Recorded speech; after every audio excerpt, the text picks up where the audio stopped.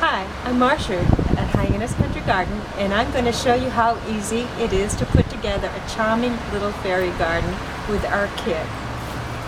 Let's start with the bowl. The bowl's included. Everything I have here is included in our fairy garden kit. Now the bowl has a little stopper in the back. This can be removed if you want to have a well-draining pot. If not, you can keep it in, but if you remove it, you're going to need a saucer, which is not included. First thing, you start with the soil. We include the soil, and I have plenty enough here to bring the soil up to the top of the pot level, which is really important. You might want to spread out newspapers or plastic. It's a little bit messy. Now this looks like a lot of soil, but it's going to sink down. It's important to moisten it well first. That helps everything stay in place a little bit better, so you're not working with really dry soil. After your soil is moistened, the first step is to locate your little dwelling. Now, I've been including a little pot here, which was a little plant container, but it works perfect as a fairy house. And I've just cut a little door. Don't cut all the way through. Make sure the door can open and close. And I've added a little bit of sheet moss at the top for the roof. And it makes a very sweet little fairy house. After you decide where your dwelling is going to be, you're going to put your plants in. We include 3 plants. I suggest you use 3 different plants that have contrasting foliage. So I'm using a fern here. The ferns look great because they give it a little bit of a woodsy look. And that is what we're trying to achieve. We're trying to achieve a little fairy dwelling deep in the forest. Now this one has flowers, and a lot of our fairy plants do have flowers, but it's not necessary because they may not be in bloom all the time. What kind of flower is that?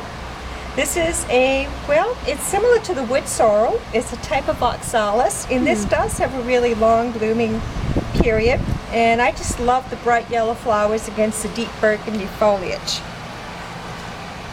Now this looks a little bit like a ground cover. This does have a little blue flower.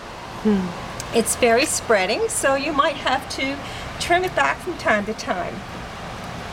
And I'm going to put this in the foreground. Now after we have our dwelling and our 3 plants in place, it's time for all the other embellishments. We include some gravel, which makes a great little pathway. It's nice to have a little pathway leading up to the front door.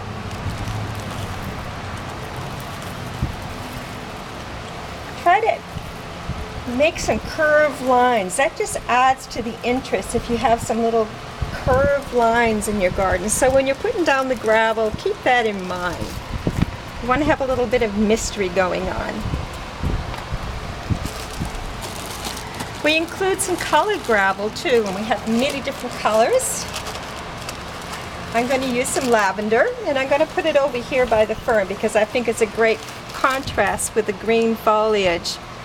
And this adds a little bit of whimsy to your fairy garden.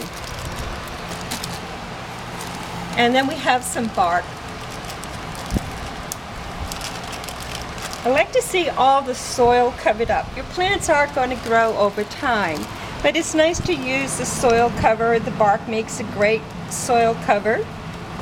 That way it retains moisture and also covers up the soil.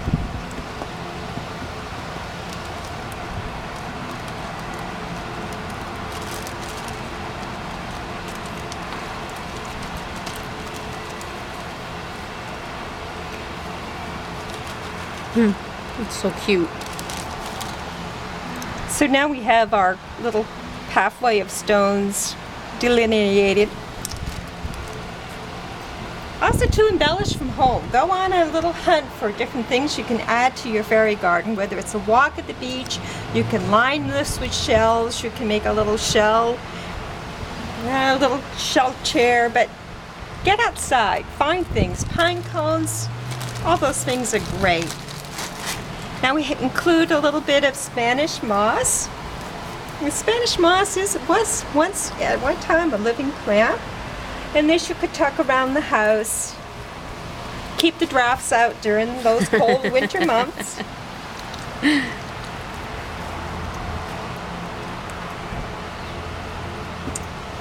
And then this is really fun. We have little bits of different types of reindeer moss, which has been colored, and some lichens, just to add to that whimsy woodland look. And these you can just place around the colored moss. Adds a little dash of color too for places where when your plants are not in bloom.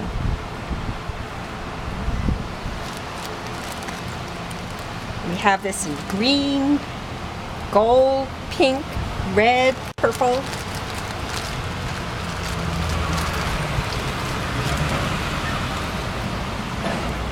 Putting it by the front door to look like you have a little plant by the front door.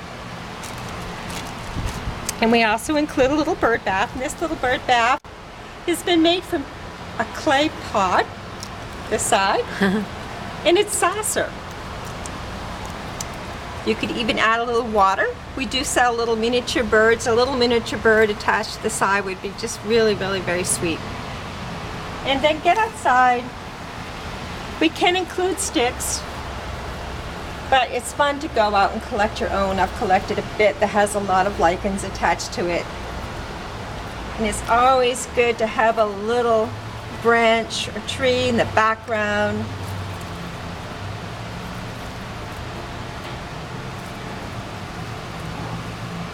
Adorable. And you might have to play with it a bit. But have fun with this.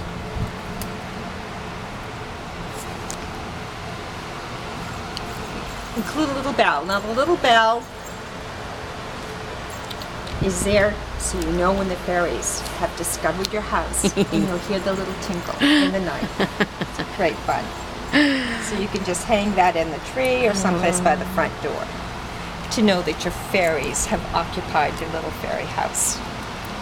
So anyway, that's our country garden, fairy garden kit. Have fun with it. Enjoy. Makes a great gift. Birthdays, Christmas. Great. Thank you, Marsha.